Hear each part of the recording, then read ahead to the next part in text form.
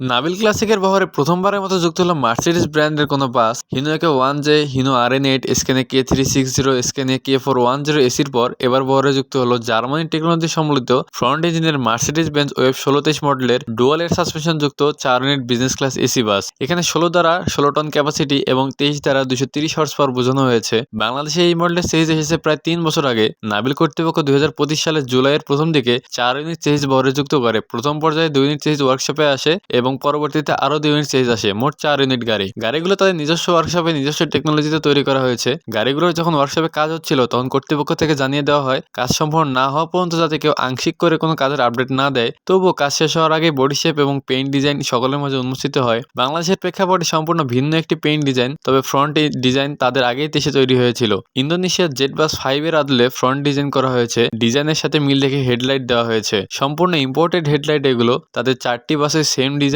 Same পেইন্টে তৈরি করা হয়েছে। পেইন্টটা ইউনিক হলেও এটা তাদের নিজস্ব পেইন্ট নয়। দেশের অন্যান্য কোম্পানির মতো তারাও বাইরের দেশের পেইন্ট ডিজাইন থেকে একটি ডিজাইন সিলেক্ট করে সেটি অ্যাপ্লাই করেছে।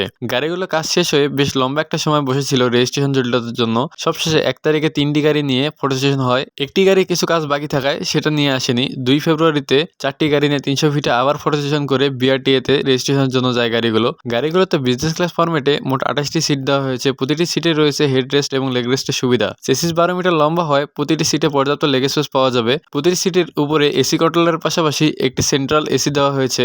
গাড়িগুলোতে একটি ডিসেন্ট লাইটের কম্বিনেশন দেওয়া হয়েছে। গাড়িতে এসির জন্য আলাদা কোনো সাব ইঞ্জিন নেই। 230 হর্স পাওয়ারের শক্তিশালী ইঞ্জিন হওয়ায় মেইন ইঞ্জিনের সাথে এসির কম্প্রেসর দেওয়া হয়েছে। খুব শীঘ্রই গাড়িগুলো রেজিস্ট্রেশন পেয়ে যাবে। ইতিমধ্যে গাড়িগুলোর জন্য রুট নির্ধারণ করা হয়েছে। 2 ইউনিট চলবে উত্তর আবদুল্লাপুর থেকে রংপুর আর 2 ইউনিট চলবে উত্তর আবদুল্লাপুর থেকে গোবিন্দগঞ্জ থেকে দিনাজপুর।